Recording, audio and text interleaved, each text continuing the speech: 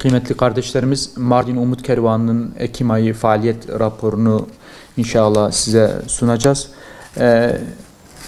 119 aileye 23.000 TL değerinde gıda yardımında bulunduk Ekim ayında. Yine 165 aileye 2475 TL değerinde ekmek yardımında bulunduk. Mevlid Kandili münasebetiyle Afrika ve Asya'da toplamda 700 kişiye mevlüt yemeği verdik. 17.500 TL değerinde.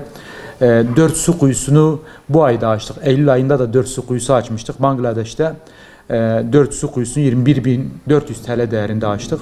Yine 2 kurban vekalet usulüyle Afrika'da kesildi.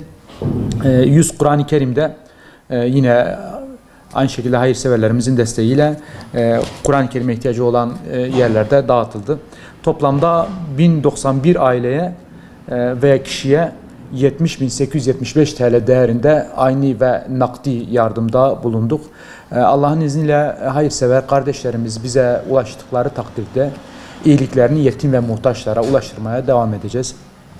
Allah kabul etsin inşallah. Rabbim yerini doldursun. Karşılığına cennetler ihsan etsin. Allah'a emanetsiniz. Esselamu Aleyküm ve Rahmetullahi ve Berekatuhu.